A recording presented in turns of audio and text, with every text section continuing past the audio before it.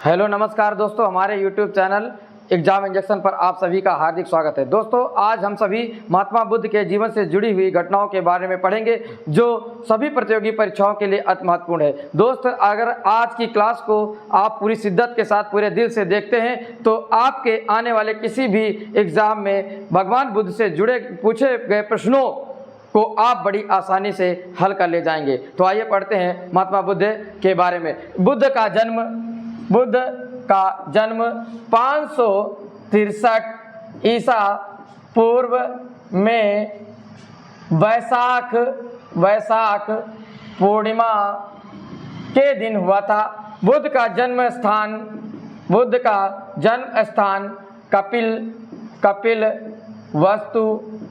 कपिल वस्तु है जो नेपाल के लुम्बिनी वन में स्थित बुद्ध का जन्म स्थान कपिल वस्तु है जो नेपाल के लुम्बिनी वन में स्थित है। बुद्ध का बचपन का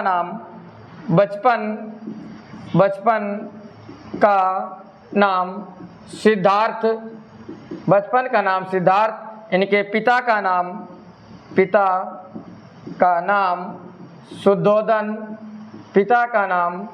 शुद्धोदन तथा माता का नाम महामाया,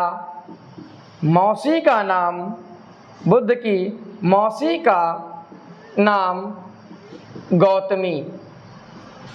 दोस्तों, भगवान बुद्ध की मौसी का नाम गौतमी था और माता का नाम महामाया था। भगवान बुद्ध के जन्म के 7वें दिन इनकी माँ महामाया की मृत्यु हो गई थी। उसके बाद इनकी मौसी गौतमी या सौतेली माँ, गौतमी इनकी सौतेली माँ भी हुआ करती थी, ठीक है ना। तो मौसी गौतमी ने इनका लालन पालन किया, इसलिए मौसी गौतमी के ही नाम से बुद्ध आगे इतिहास में गौतम बुद्ध के नाम से जाने गए। बुद्ध की जाति क्षत्रिय, कुल शाक्य था। इनकी पत्नी का नाम यशोधरा,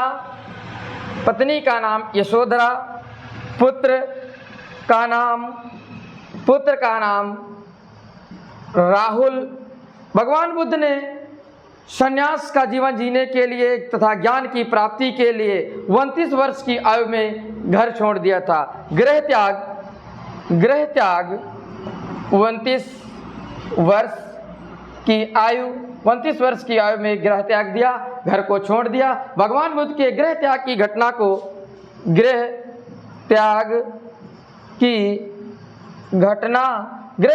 घटना को इतिहास में महाभिनिष्क्रमण के नाम से जाना जाता है। वेरी इंपॉर्टेंट है,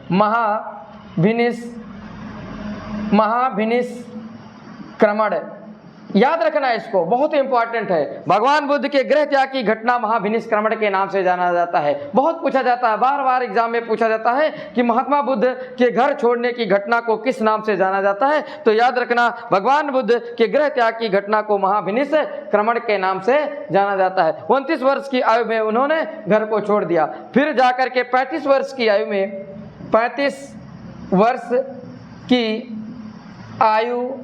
में भगवान बुद्ध को 35 वर्ष की आयु में ज्ञान की प्राप्ति हुई। भगवान बुद्ध को 35 वर्ष की आयु में ज्ञान की प्राप्ति हुई। उसके पश्चात भगवान बुद्ध को ज्ञान की प्राप्ति 35 वर्ष की आयु में हुई। भगवान बुद्ध को ज्ञान की प्राप्ति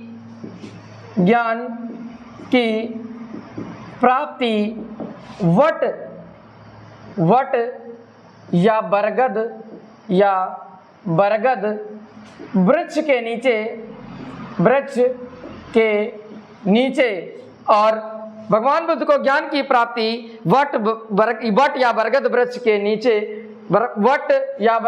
के नीचे और निरंजना नदी या फल्गु नदी, इसको फल्गु भी कहा जाता है, या फल्गु नदी के तट पर हुई। कहने का अर्थ यह है, भगवान बुद्ध के ज्ञान प्राप्ति का जो स्थल था वह वट या वह निरंजना नदी या फल्गु नदी के किनारे एक वट वृक्ष का पेड़ था जिसे बरगद के नाम से जाना जाता है, जो फल्गु नदी के किनारे था। उसी के नीचे भगवान बुद्ध को ज्ञान की प्राप्ति हुई और वह दिन था वैशाख पूर्णिमा का। भगवान बुद्ध को ज्ञान की प्राप्ति वैशाख पूर्णिमा के दिन हुई थी। वैशाख पूर्णिमा के दिन हुई थी। भगवान बुद्ध की ज्ञान प्राप्त की घटना को ज्ञान प्राप्त की घटना को संबोधि के नाम से जाना जाता है।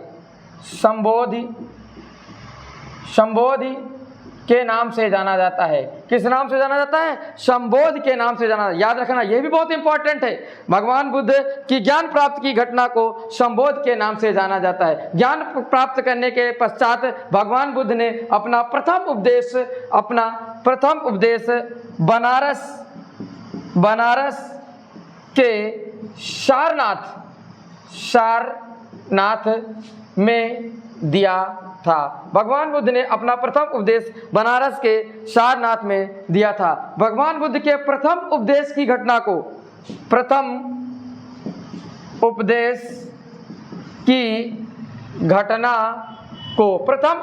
घटना को धर्म महाचक्र प्रवर्तन के नाम से जाना जाता है। धर्म चक्र प्रवर्तन के नाम से जाना जाता है। यह भी एक इंपॉर्टेंट बात है। भगवान बुद्ध के प्रथम उपदेश देने की घटना को धर्म चक्र प्रवर्तन के नाम से जाना जाता है। भगवान बुद्ध के धर्म प्रचार प्रसार की भाषा बुद्ध के धर्म प्रचार प्रसार की भाषा पाली थी। बुद्ध के धर्म प्रचार प्रसार की भाषा क्या थी?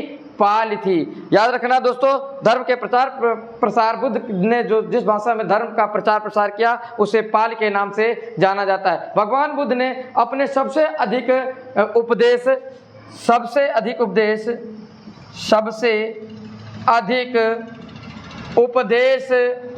कौशल की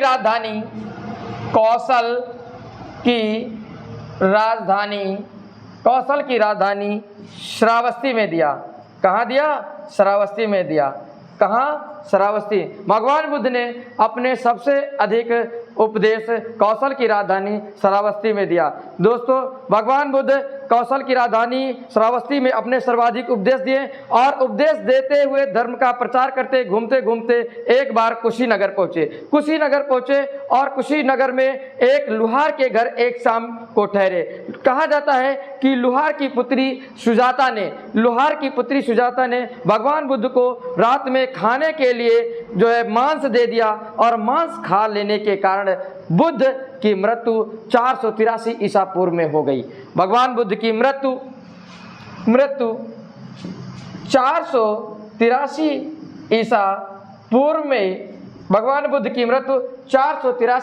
ईसा पूर्व में हो गई और वह दिन था वैशाख पूर्णिमा और मृत्यु का स्थान था कुशीनगर। याद रखना, मृत्यु का स्थान था कुशीनगर। भगवान बुद्ध की मृत्यु कुशीनगर में हुई 483 ईसा पूर्व में वैशाख पूर्णिमा के दिन हो गई। बुद्ध की मृत्यु की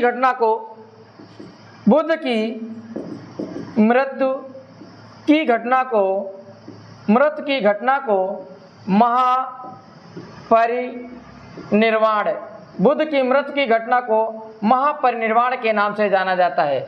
बुद्ध की मृत्यु की घटना को महापरिनिर्वाण के नाम से जाना जाता है। बुद्ध के जीवन में एक खास बात यह रही कि बुद्ध का जन्म, बुद्ध को ज्ञान की प्राप्ति और बुद्ध की मृत्यु तीनों वैशाख पूर्णिमा के दिन हुए थे।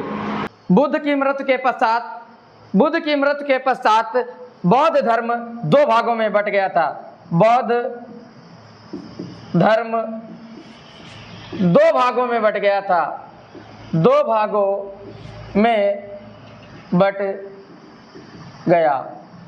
बुद्ध की मृत्यु के पश्चात बौद्ध धर्म दो भागों में बट गया। नंबर 1 महायान और number 2 Hinayana. Number 1 Mahayana, number 2 Hinayana. भगवान बुद्ध के वे अनुयायी जिन्होंने बुद्ध की प्रतिमा को बना करके प्रचार प्रसार अर्थात मूर्ति को बना करके उनके उपदेशों का पालन किया और धर्म का प्रचार प्रसार किया, अर्थात जो भगवान बुद्ध की मूर्ति को बना करके उनके धर्म का प्रचार प्रसार किया वह महायान शाखा के कहलाए, वो अनुयायी उनके महायान शाखा कहलाए। और हीनयान शाखा वह भगवान बुद्ध की कहलाई, भगवान बुद्ध के वे अनुयायी जिन्होंने बुद्ध की प्रतिमा को ना बना करके सिर्फ उनके उपदेशों का प्रचार प्रसार किया और उनके उपदेशों का पालन किया, वे हीनयान कहलाए।